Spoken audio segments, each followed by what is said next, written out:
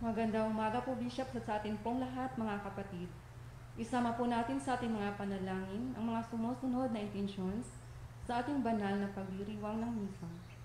Thanksgiving and special intentions of Cancer Warriors Foundation, Sylvia Maralit, Vicky Ilagan and family, Gutierrez and Pareño family, Rolly and Celine Arcibal and family, Willie and San Pedro family, Vicky Dagami and family, Cora Swangel and family, Jenny Biscocho, Manguera family, Del Elia Lozada and Joseph Manguera, mga lima ng Yaz's family, Villarmino family, Rodel and Manny Medinilla and family, Velasco and Vargas family, Gilbert and Peng Malelang and family, Gina, Roel, and Gay Malelang, Tibadinera and family, Engineer and Mrs. Alvin and Nining Fine and family, Congressman Lord Alan Velasco, special intentions of Mangana and Reyes family, and Christian and Nobel Mayo for safe and healthy pregnancy.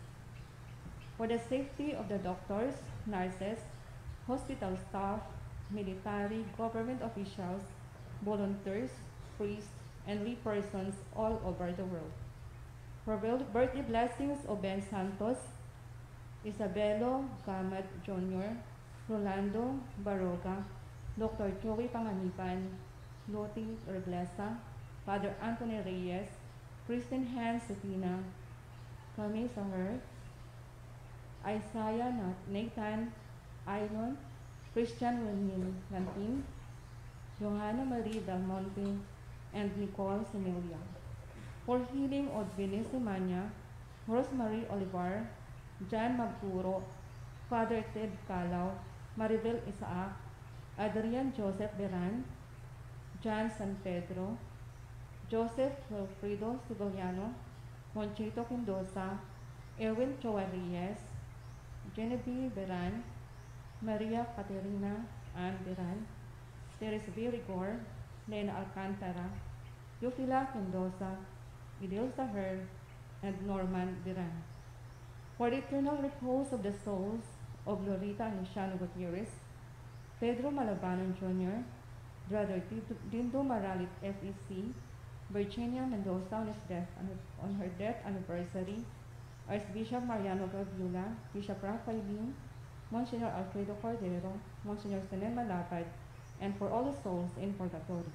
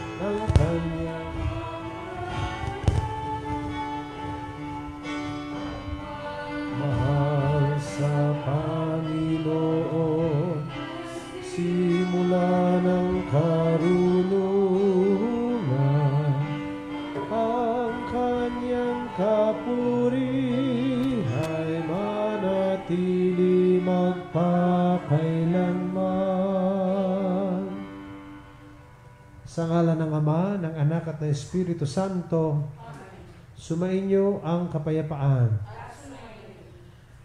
Mga kapatid, ating ipinagdiriwang bilang simbahan ang dakilang kapistahan ni San Jose. At dahil nandito, kahit ito'y bumagsak sa isang araw na katulad ng Biyernes sa panahon ng Kwaresma, ngayon pa lamang, binabanggit ko na, ito'y isa sa mga araw na exempted tayo sa abstinence. No? Dahil isang solemnidad ito, isang pagdiriwang. At hindi ibig sabihin ito, hindi natin dapat gampanan din ang pagsasakripisyo. Nasa inyo po, inaalis lang ang obligasyon, pero kung gusto pa rin ninyo mag-abstinensya, hindi ho naman ito masama. Pero gayon pa man, biyayang malaki. ang kapistahan ito. Kaya nga, pinagdiriwang ng buong simbahan ito. Tamang-tamang itinakda ng Santo Papa na itong taong ito ay taon din ni San Jose. Na sa puso, na katulad na meron siya, tayo itinuturoan kung paano pangalagaan ang pananampalataya, ang ating Panginoon sa ating mga buhay.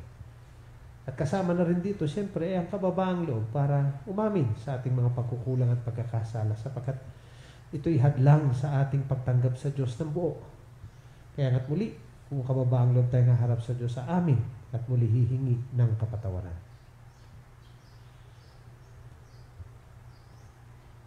Inaamin ko sa makapangyarihang Diyos at sa inyo mga kapatid na lubha akong nagkasala sa isip, sa salita at sa gawa at sa aking pagkukulang.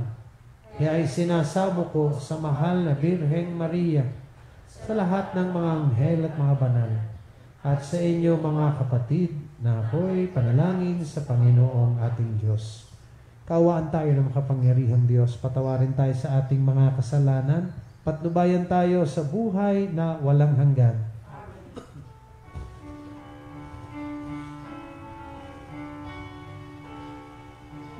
Panginoon, maawa ka, Panginoon, maawa ka, O Kristo, maawa ka, O Kristo, maawa ka, Panginoon, maawa ka.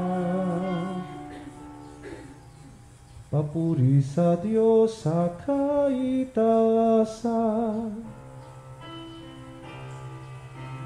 hati sa Diyos sa kaitaasan,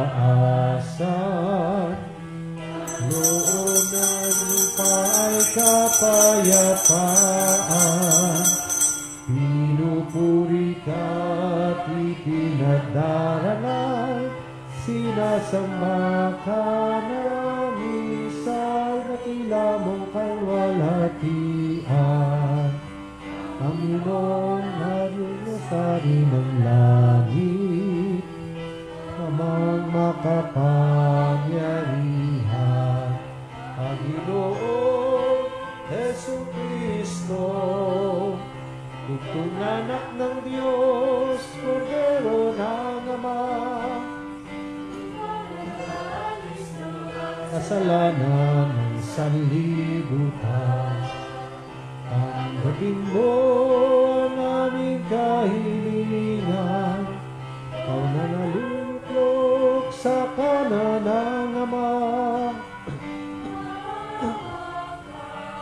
sa amin ang banal Panginoong Jesucristo, sama ng Espiritu, hati ng Ama. Amen. Amen. Amen. Amen. Manalangin tayo.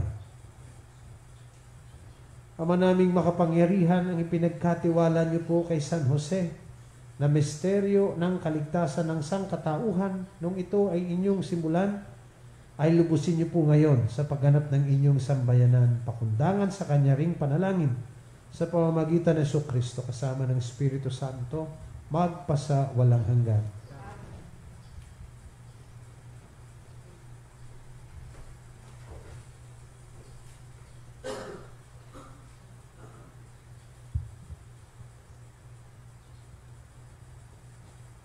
Pagbasa mula sa ikalawang aklat ni Samuel.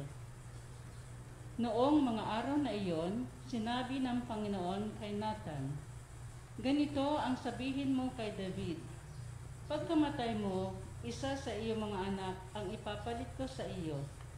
Patatatagin ko ang kanyang kaharian. Siya ang magtatayo ng templo para sa akin, at sa kanyang angkan magmumula ang maghahari sa aking bayan magpakailanman. Kikilanlin ko siyang anak, at ako na may magiging ama niya. Magiging matatag ang iyong sambahayan, Ang iyong kahari ay hindi mawawaglit sa aking paningin at mananatili ang iyong trono. Ang salita ng Diyos. Salamat sa Diyos. Lahi niya ay walang wakas, kailan may hindi lilipas. Lahi ay walang wakas, kailan may hindi lilipas. Pag-ibig mo, poon, di na magmamaliw, ang sa tuwi-tuwi na'y aking aawitin. Ang katapatan mo'y laging sasambitin. Iyong pag-ibig mo'y walang katapusan, sintatag ng langit ang iyong katapatan. Lahi ay walang wakas, kailan may hindi lilipas. Sabi mo, o poon, ikaw ay may tipan na iyong ginawa kay David mong hirang.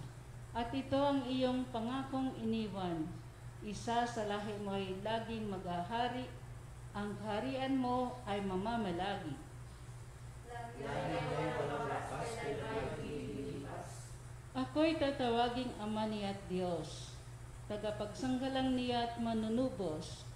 Ang aking pangako sa Kanya'y iiral at mananatili sa Kanya ang tipan. Lahi ay walang wakas, kailan may hindi lilipas.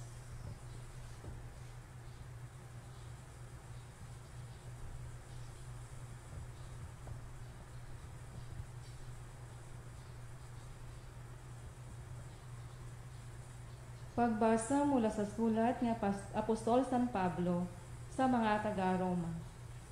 Mga kapatid, ipinangako ng Diyos kay Abraham at sa kanyang lahi na mamanahin nila ang sanlibutan, hindi dahil sa pagsunod niya sa kautusan, kundi sa kanyang pananalig sa Diyos. At sa gayon, siya ay pinawalang sala. Kaya nga, ang pangako ay nababatay sa pananalig upang ito'y maging isang kaloob sa lahi ni Abraham. Hindi lamang sa mga sumusunod sa kautusan, kundi sa lahat ng nananalig sa Diyos, tulad niya. Yamang siya ang Ama nating lahat. Ganito ang nasusulat: Ginawa kitang ama ng maraming bansa. Ang pangakong ito ay may bisa sa harapan ng Diyos na kanyang pinananaligan. Ang Diyos ang bumubuhay sa mga patay at lumikha ng lahat ng bagay. Bagamat wala ng pag-asang magkaanak, nanalig pa rin si Abraham na siya ay magiging ama ng maraming bansa. Ayon sa sinasabi sa kanya, kasindami ng bituin ang magiging lahi mo. Kaya't dahil sa kanyang panadalig, siya ay pinawalang sala. Ang salita ng Diyos. Salamat sa Diyos.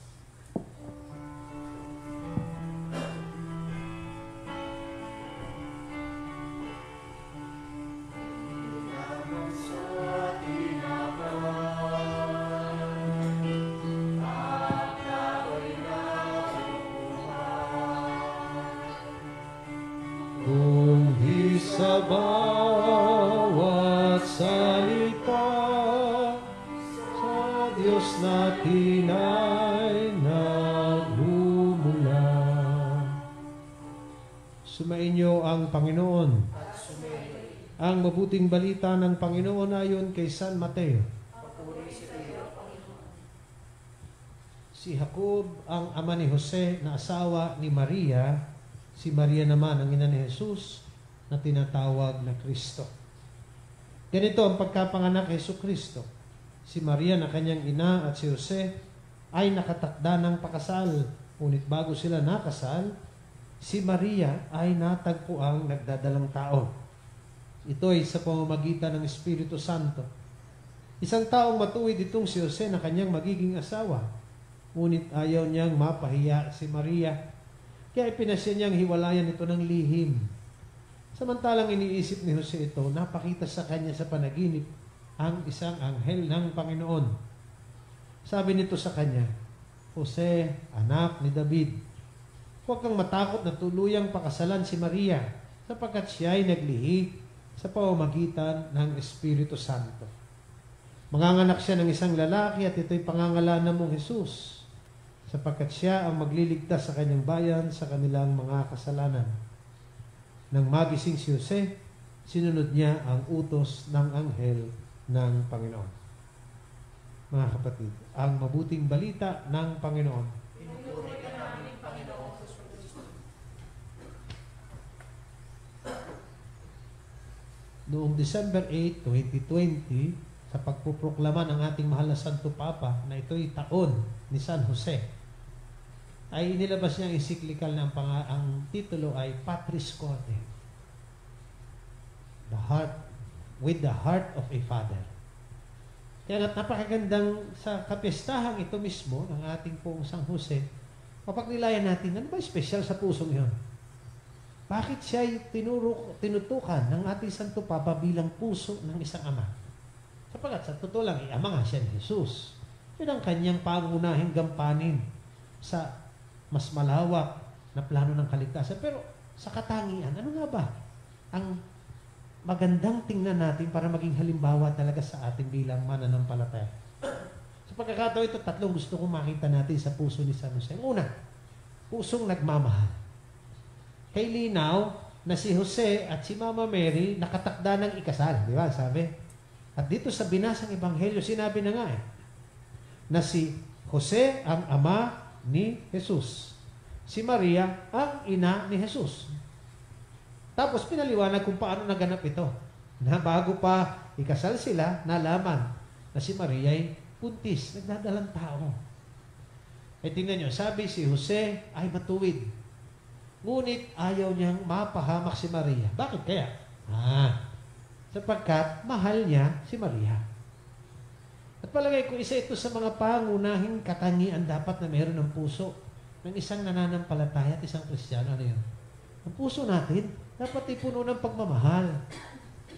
At pag sinabi mo ang iyong puso'y puno ng pagmamahal, kailanman ang pag-ibig hindi hinangad ang kapahamakan ng minamahal. Di ba? Kaya nga, isipin niyo mabuti, kung tayo'y nagmamahal at ang utos sa atin ng ating Panginoon Diyos, mahalin mo ang kapwa mo tulad ng iyong sarili.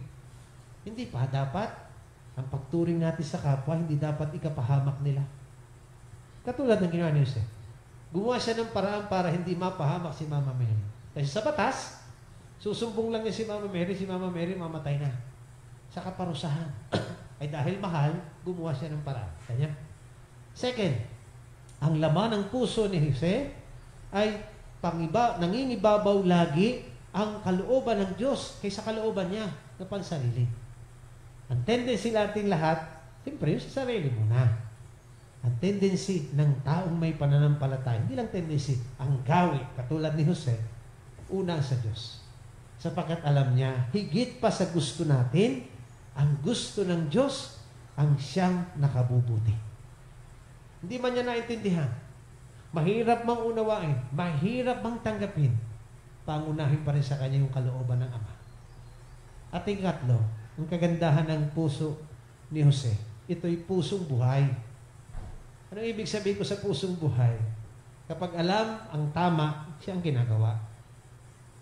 Misa kasi ganun yun eh. Ewan ko, nung kahapon ng ating ebanghelyo ay ang pagninilay kong ibinigay, ay patungkol doon sa marunong ba tayo magbasa ng salita ng Diyos? Na pag binabasa mo, hindi mo ba alam na yung binabasa mo yung salitang buhay? Ang ibig sabihin, na kapag binasa mo at naintindihan mo, dapat mong ipamuhay. Ang puso ni Jose ganyan. Pag sinabing mahal, pinakikita, ipinadarama. Pag sinabing dapat, siyang ginagawa. Sana ganun din po tayo. No? Kasi sa totoo lang, ang puso naman nating lahat, alam na ang tama at mabuti. Alam din ang mali. Ang kulang na lang, yun ang gawin. Ang kulang na lang, yung puso mismo ang magdala sa ating pamumuhay. So sana po, makita natin itong napakagandang halimbawa sa atin ng ating pong si San Jose. Talagang nararapat na pagkatapos ni Mama Mary, espesyal siya sa lahat ng mga tao. Sapagkat siya ay binigyan din ng espesyal na gampaning, pangalagaan ang Panginoong Jesus. At di lang yun, sa kanyang gampaning ito. Sigurado ako, yung panahong kanyang ginugol sa paligid ni Jesus ay lalong nagpalalim ng kung sino siya at ng biyayang ibinigay sa kanya ng Diyos. Nawa, sa tulong ng ating pong San Jose at ng ating mahal na inang Birheng Maria, pagpalain pa tayong lagi at bigyan pa ng higit na biyaya upang manatiling tapat sa kanilang anak. Atin ngayong ipahayag ang ating pananampalataya. Sumasampalataya ako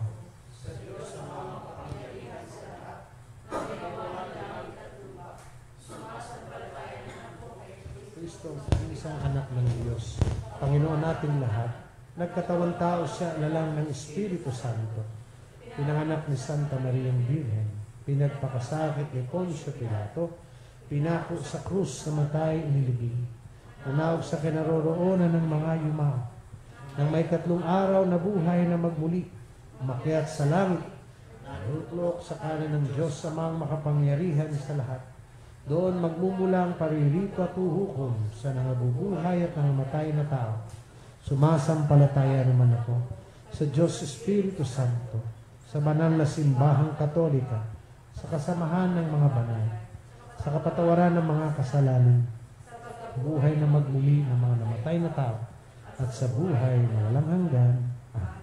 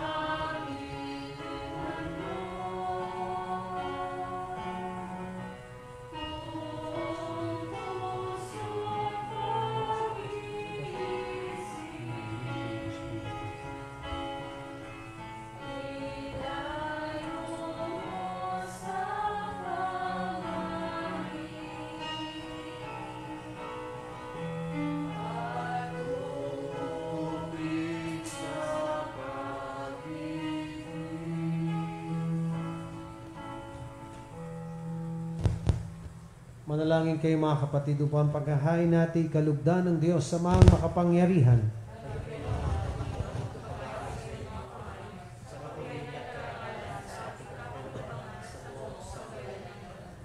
Ama naming lumikha, ang maasahang paglilingkod ni San Jose sa inyong anak na isinilang ng mahal na Birheng Maria ay siya rin nawang maganap sa aming paghahain. Naloobin niyo pong magawa namin ng may malinis na puso sa pamamagitan ni Jesucristo kasama ng Espiritu Santo magpasa walang hanggan. Sumainyo ang Panginoon. At sumainyo rin. Itaas sa Diyos ang inyong puso at diwa. Itinaas namin sa Panginoon. Pasalamatan natin ang Panginoong ating Diyos. Marapat na siya'y pasalamatan. Ama naming makapangyarihan, tunay ngang marapat na kayo aming pasalamatan. Kayo po'y nagniningning sa piling ng mga banal na ikinarangal niyo po sa kanilang kabutihan. Ibinibigay niyo po silang huwara namin araw-araw at katuwang sa pagsamba sa inyong kamahalan. Sa pamamagitan ng anak niyo pong si Jesucristo, kami ay naliligid ng mga banal na tao. Sila'y mga saksi na ang pananalig sa inyo ay magaganap namin sa ikararangal po ninyo. Iangat kaisa ng mga anghel na nagsisiawit ng papuri sa inyo ng walang humpay sa kalangitan. Kaming lahat ngayon ay nagbubunyi sa inyong kadakilaan.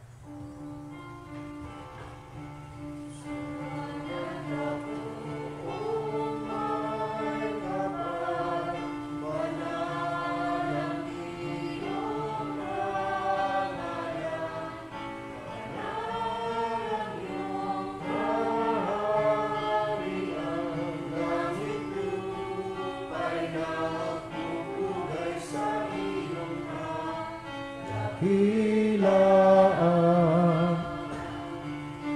dinadakila ng lahat ang naparito mong anak.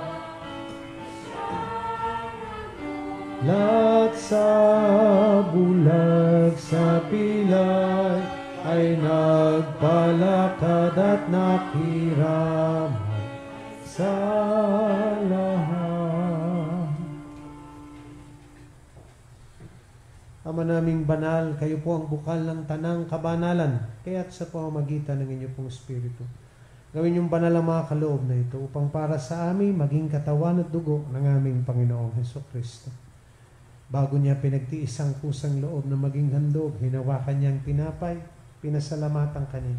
Pinaghati-hati niya yon, iniabot sa kanyang mga alagad at sinabi, tanggapin ninyong lahat ito at kanin.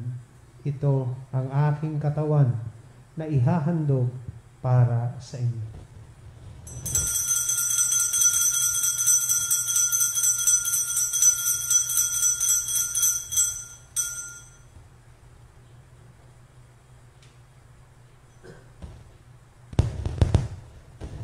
Hindi naman nang matapos ang hapunan, hinawakan niya ang kalis, muli kanyang pinasalamatan. Iniabot niya ang kalis sa kanyang mga alagad at sinabi, tanggapin ninyong lahat ito at inumin. Ito ang kalis ng aking dugo ng bago at walang hanggang tipan. Ang aking dugo na ibubuhos para sa inyo at para sa lahat sa ikapagpapatawad ng mga kasalanan. Gawin ninyo ito sa pag-alala sa akin.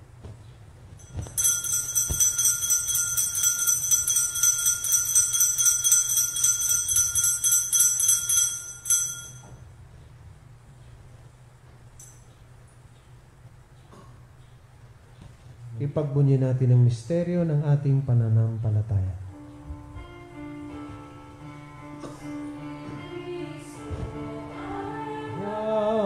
Namatay si Kristo ay nabuhay.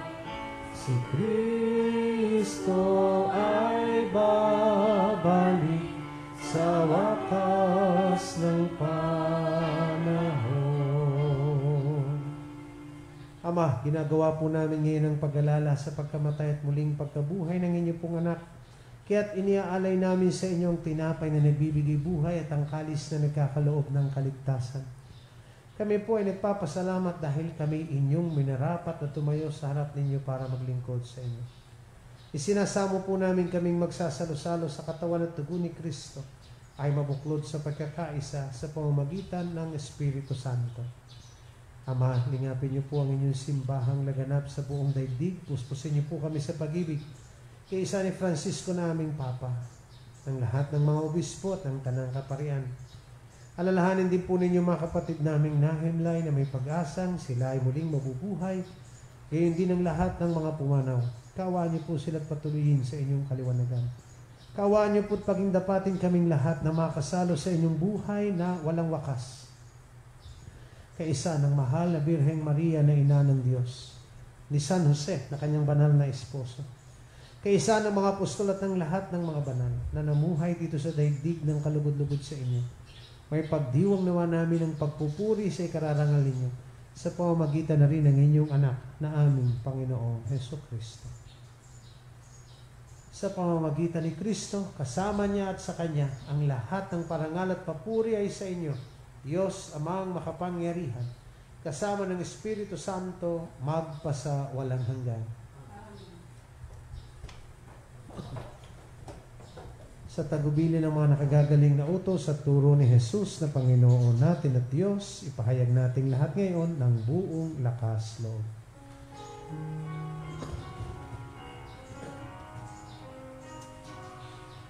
Ama namin, sumasalangit ka, sambahin ang ngalan mo.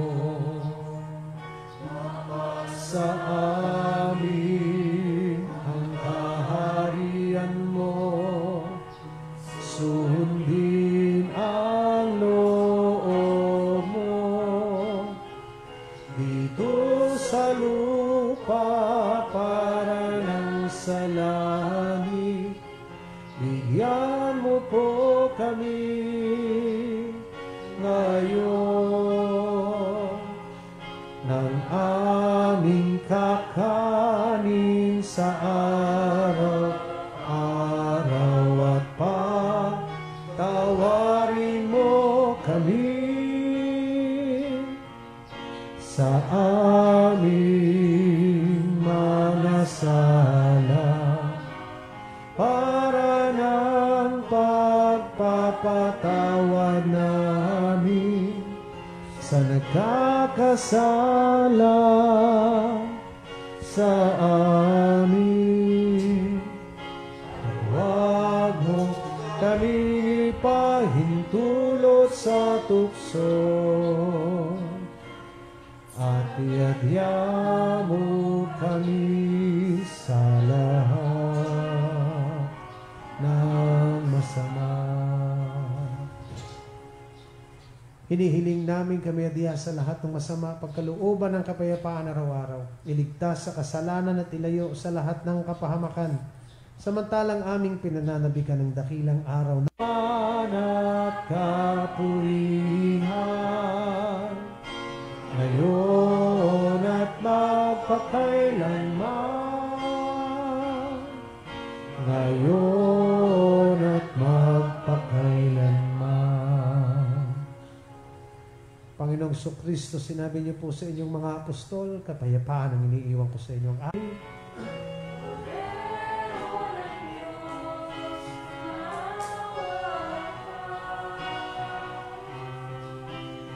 Pero ng Diyos na nag-aalis ng mga kasalanan ng mundo,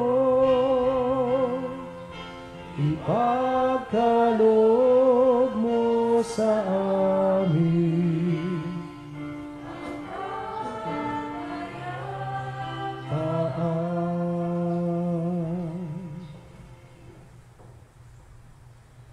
Mga kapatid, ito ang kordero ng Diyos na siyang nag-aalis ng lahat ng ating mga kasalanan. Mapapalad tayo ngayon ay kanyang inaanyayahan sa kanyang piging.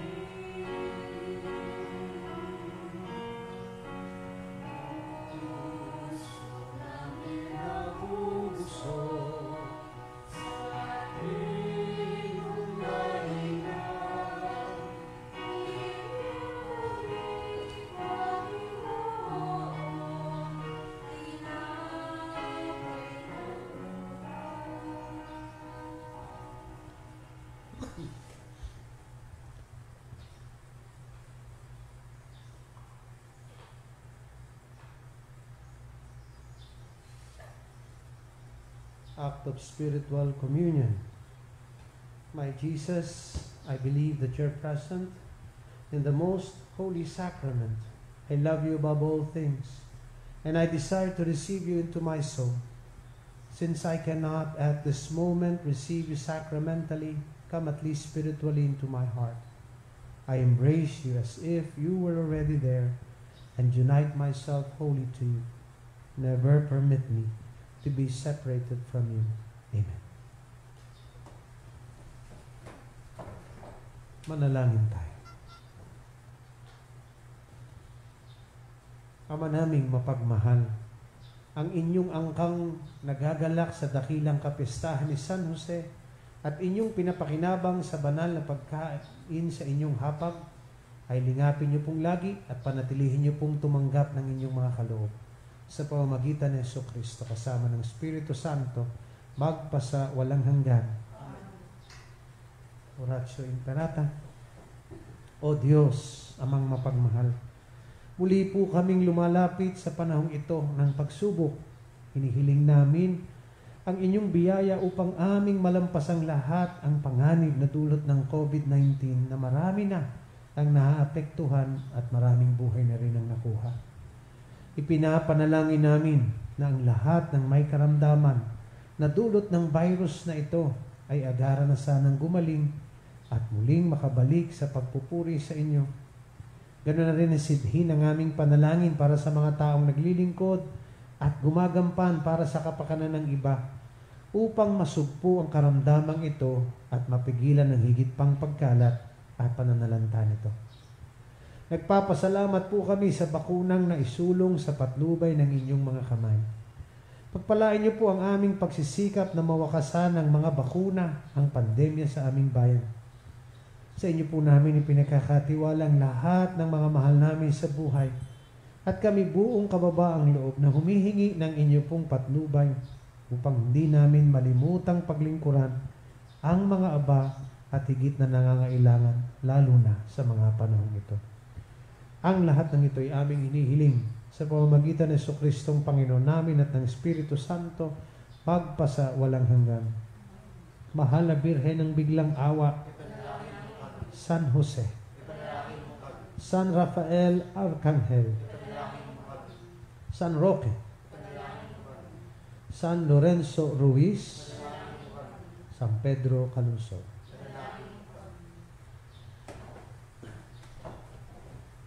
Sumainyo ang Panginoon at pagpalain kayong lagi ng ating poong may kapal, Ama, Anak at Espiritu Santo.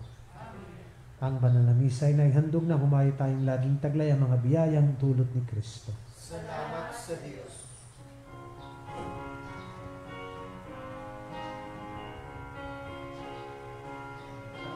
Sino man